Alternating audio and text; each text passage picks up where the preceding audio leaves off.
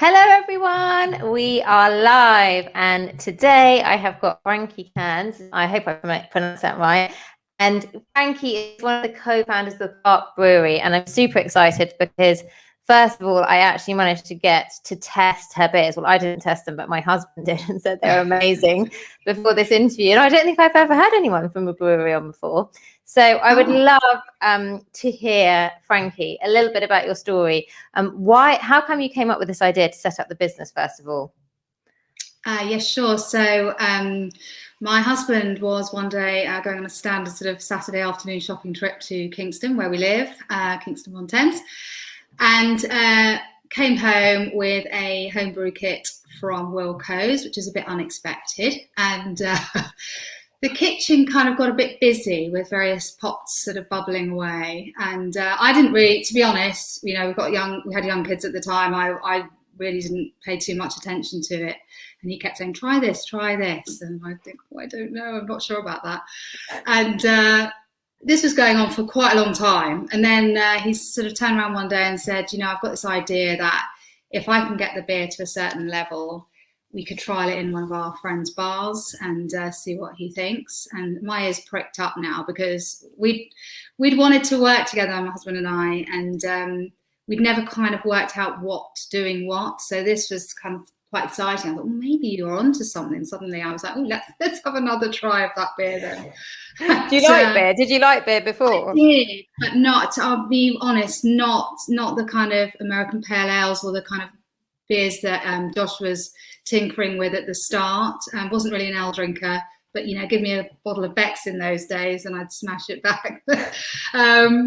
But yeah, so then he started to really kind of hone it down, get it to a standard that he thought was worth running by our friend. And our friend said, well, why not? In fact, why don't we sort of white label it? And it was called the Jam Tree. So it became the Jam Tree American Pale Ale and the Jam Tree IPA. And we just gave it a shot in his 2 bars and it just went really well. And we were quite blown away and excited. And then Josh, by the way, was a freelance photographer. So it gave him a chance to develop the PARK Brewery while still having an income from his photography work. And it's kind of gone from there. And so sort of little kitchen project turned into what it is now, which is amazing. 2 crowdfunding campaigns later and all of the success. Amazing. Congratulations. And, there's always so much work at the beginning, isn't there? There's so much work and less traction. Like you said, it's a labor of love. And then suddenly it starts taking off and you're like, oh my gosh, my idea, it's going to work. It's going to be something. Yeah, absolutely. So yes. And actually my husband, when I gave him these beers and he loved them, he had them, he was asking about the business and the brand name.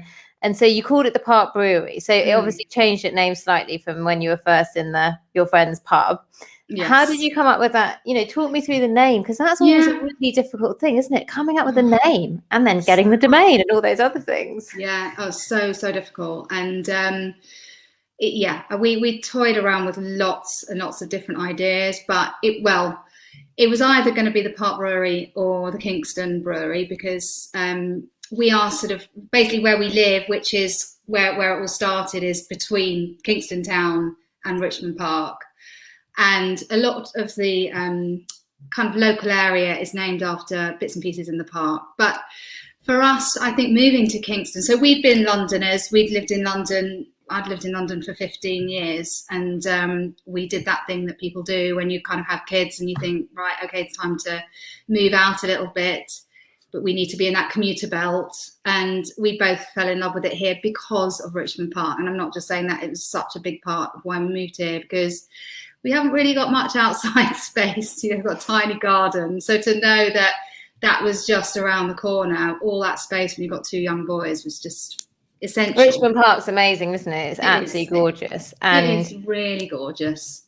And also I love the name because I suppose it could just be, the park. It sounds lovely, doesn't it? The park, as opposed to, I suppose, Kingston is relevant if you live there, but the park's kind of relevant to everyone. Everyone loves the park. It's that's it. And I think we have, I think parks are underrated, aren't they? I mean, it is our sanctuary, it's our escape from the stress, it's where we go and unwind, we go and meet friends, so many sort of pivotal moments in life happen actually in parks, and I think it was why it can't just be important to us, it must be important to lots of people.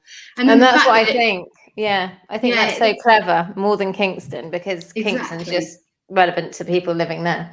And you can't always be sure that you'll be in. I mean, much as we hope we will be, it's hard finding warehouse space, and that you run the risk where you might actually be pushed out a bit, and that's why another reason it made sense.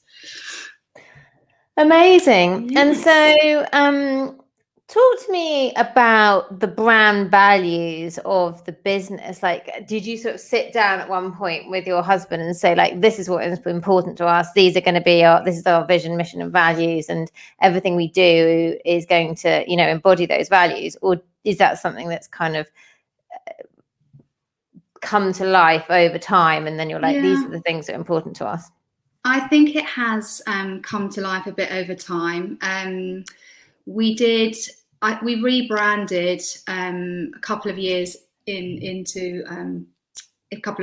after we'd started, and just the design and the labels and everything else, it was all a bit messy, and we needed a bit of an overhaul. And I think then the branding agency sort of drilled into a bit more about who we were, and that made us have a little think about our values. And I think there's kind of a warmth and a sort of friendly vibe and connection, and obviously those sort of quality. I think those are kind of the key areas for us, and that's what we've grown and built on. I think is those values. And that's amazing that you talk about the connection and the warmth, and then you say you've built such a big community. It's all about the community. You've created this amazing community, and we'll come on to talk about that. But I suppose that's aligned with your values, isn't it? Yeah, absolutely. So you've done 2 crowdfunding campaigns, and so before and the last one was relatively recently. What, last year you said? Yeah, end of last year. And just quickly, that you said that just was a haze of amazement, and it all happened in 7 days. Is that right? It did. It was very quick, and which was amazing, because obviously they're quite stressful. And the first time that we went through it, which was 2018, was really intense, because we were so when we started the brewery, obviously, as you know, it started in the kitchen, and then we moved out there was an empty unit around the corner from our house. It was just this random, really small 1-story building that was just sitting there empty. And we moved in there. We found out who the landlord was, and he said, kind of, yep, use that. You can have it for a bit, because I'm waiting on planning. So that was amazing. So that's how it all kind of started. But obviously that once we kind of got proper tanks in there, you could hardly swing a cat. So we just needed to grow and find somewhere bigger.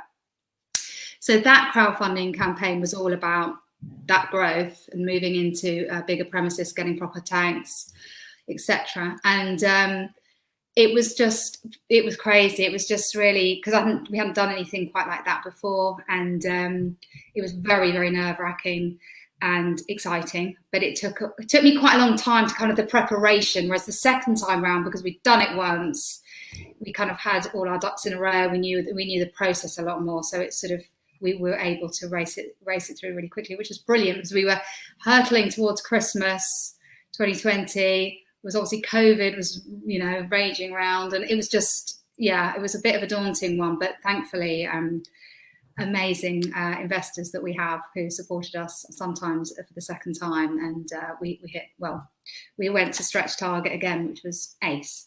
Incredible. So you talked about the fact that a lot of your you built your brand and your business through word of mouth and sampling, and was that very much at the beginning? Is that still now? How talk me through that and how that kind of built the brand. Did it sort of in the early stages?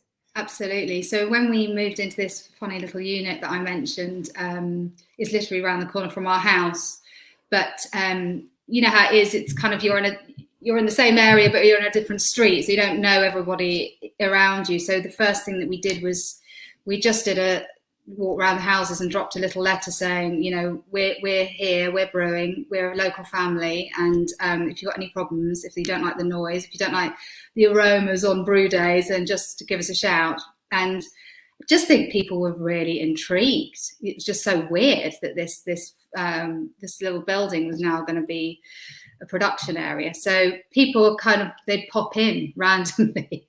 And we started then going beyond our friend's bar. We started selling to some local bottle shops, and tiny little following on, you know, did the barest minimum on socials, but we started the process and got our, our social early days. And then we thought, well, why don't we do an open day and just get people in? And so we set aside, I got a bit carried away as usual and said, oh, well, why don't we make it a weekend? We'll do a weekender. And it was quite early on, probably a few months into the building. So it was mad panic, a bit like when you're having a party and you think, God, is anyone going to come? Yeah, literally, exactly. Is anybody going to come? And so we flyed again. We flyed the local area. We put it on socials. And it was brilliant. And it was packed. Every hour. Amazing. That's such a nice feeling, isn't it? It's exactly like that. It's like when you host a party and it's all quiet, and then suddenly everyone comes and like, this is actually a great party. I'm having a great time. Exactly. That's people so were lovely. convinced that it was our home. Do you live here? People go, no, we don't live here. There's no space. It is what it is. So it's that connection that you're talking about. It's the connection. It's building the community, and that's so important, isn't it? You know, keep reading about how the customer experience is so important, and actually one of the big things about the customer experience is that human connection. You know, we want, and so I suppose seeing you and your husband there and being able to come in and see how it all works, and those are just going to be raving fans, brand ambassadors who are going to tell all their friends about you, and that's an amazing way to do business, isn't it?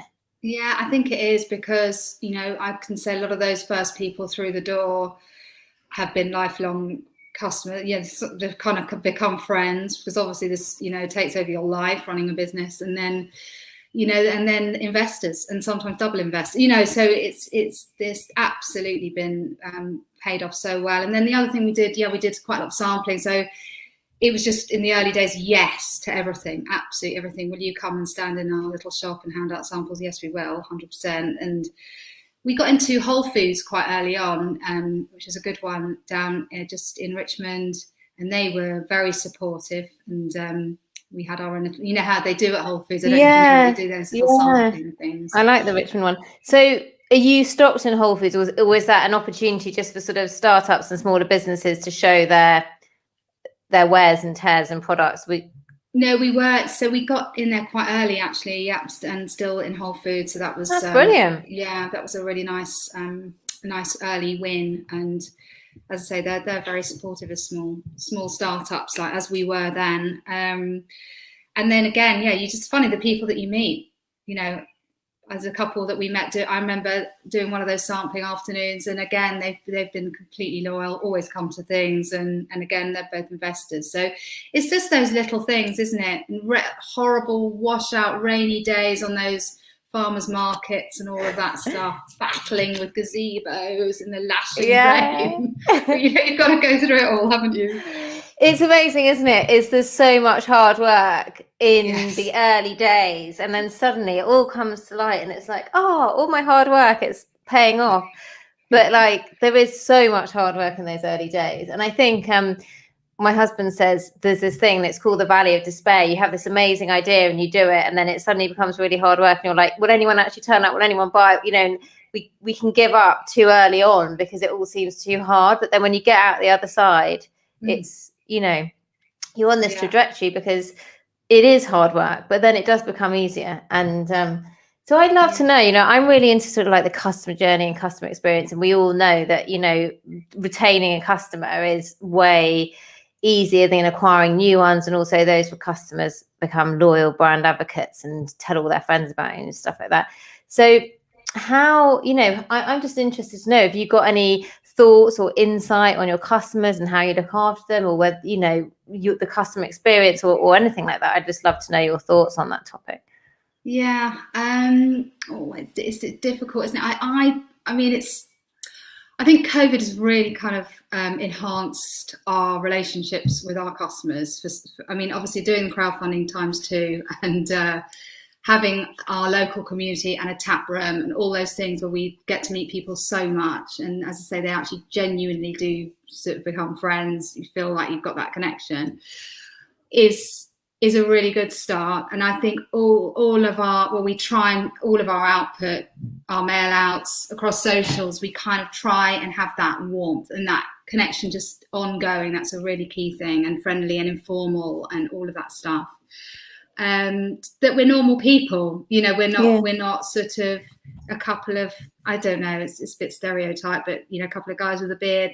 You know, it's not us, you know, it's just, we are literally people that are just having a go. And I think that's really important. I think just nice little touches. I don't know, when you're sending beer out, we try and include nice little postcard, bits and pieces, trying to always think of what we can do that's a bit more exciting than just a box of beer, or, you know, just linking up with other local businesses. And I saw that you do that quite a lot. Actually, very early on, we met a guy who does pies, and so we got Chris at My Pie. Big shout out, he's amazing. And we worked together at a Kingston Ancient Market event thing years ago. And so when we did those open days at the start, he would come along, and he had this kind of converted ice cream van, and he'd sell his pies outside. So it's those nice little link ups, I think, that people aren't necessarily expecting. That obviously we like to have a pint and a pie. Yeah, exactly. And also, you know, that comes on to one of my other favorite topics, which is strategic partners, you know, people that sort of complementary partners that have access to your audience, or who can sort of sit alongside you. And that's just such a great way to do business, isn't it?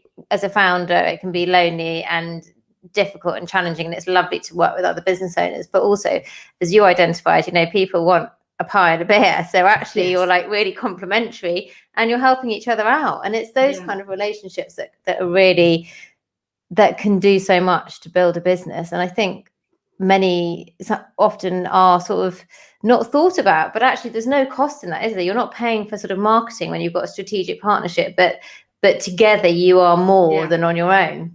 Yeah, exactly. And it's great to support each other, you know, and as you say, you've just nailed it, all of the above. We've done a link up as well with a local independent cafe, and you know, use their coffee and stuff for our espresso porter. And it's just so many nice little things that you can do. There's loads more to explore on that as well. Collaboration. I think collaboration in business is so much more fun, isn't it, than just, you know, trying to do it all on your own. And so, you know, you talked about these strategic partnerships and buddying up with people and the word of mouth and the sampling, and that's all worked really well. What other marketing channels are you using? What other marketing's working well, or is it still very early days and sort of branching out into digital or any of those other channels? Yeah, I mean, since we did the crowdfunding campaign most recently, a lot of that was to put money to marketing, because it's as you know, there's so many balls in the air when you're setting up a business, and it's, you know, you're thinking about you're split across so much. So unfortunately, the marketing bit, and I'm no expert, especially because it's all moving so fast in the digi area. It's been hard. So Josh and I used to do it where I did a bit of Facebook and Twitter. We actually both did a bit of Twitter, and he did Instagram, and it was just, you know, because he's a photographer, so so that made sense. And that was all right. But now we've with that money that we got with the latest round, we've been able to get a marketing manager, and she's great. Thank you, Ellie. She's probably listening. And so she's been helping us really grow those digi channels and get loads more content and do a bit more paid stuff. So that it's very early days as we kind of, you know, progress this, but we're working on various different ideas on marketing. It's coming to life. It's all coming to life. And what's big inspiration? We need to finish in a short amount of time, because I'd like to keep these short and sweet. But what's your big inspiration? What do you love about doing all this? What is it that, you know, gets you up in the morning? I think it's just the excitement about where this can actually go. You know, I just love the growth side of it, and I get really inspired by that. It's just, where can we take this? Let's just keep striving on. I think Josh, probably it's about product, and just, you know, improving it as we go. But I like being spread about, you know, across quite a few things. I'm a bit of a generalist, so it suits me. But yeah, growth. I mean, that's also like, I just love that topic. It is really inspiring, isn't it? And seeing what other people are doing and watching what's going on in the world. And, you know, there's so much excitement and so many opportunities. And I love the way that you know, these startups, you know, can get crowdfunding, and all these things are now. So, you know, you can have a good idea and you can create something amazing at your kitchen table. And you know, it's a lot of hard work, but you can turn it into a sustainable business that's going to be, you know, really successful. So Frankie, thank you so much for coming on. It's been amazing to talk to you about this. We keep it short and sweet, so 20 minutes. I try and keep it to 20 minutes. I normally do relatively well. And it's just been brilliant to hear about what you're doing with the PARK Brewery. It sounds fantastic. So thank you so much. Oh, thank you. Thanks so much.